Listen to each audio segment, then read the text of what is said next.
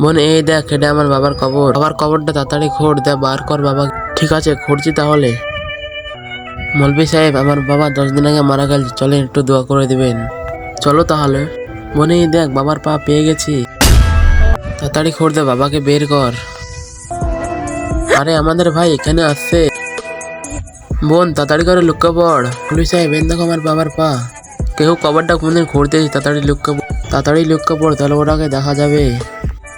চল ভাই, তাড়াতাড়ি খুঁড়ে নে। তাড়াতাড়ি উঠে নে বাবাকে। বল, তোরা আমার বাবার কেন কবর খুঁড়ছিলি? বাবাকে কবর থেকে বার করলি কেন? শুনো তাহলে, বাবা আমার স্বপ্নতে এসে রোজই, বেটি আমার কবর খুঁড়ে অন্য জায়গায় কবর দে, পাশে একটা আমার কবর আছে, ও শুধু খোর, আর রোজই আজাব চলে, তাই বলছে আমাকে উঠে নিয়ে চল, আমাকে আলাদা জায়গায় দাফন করে দাও।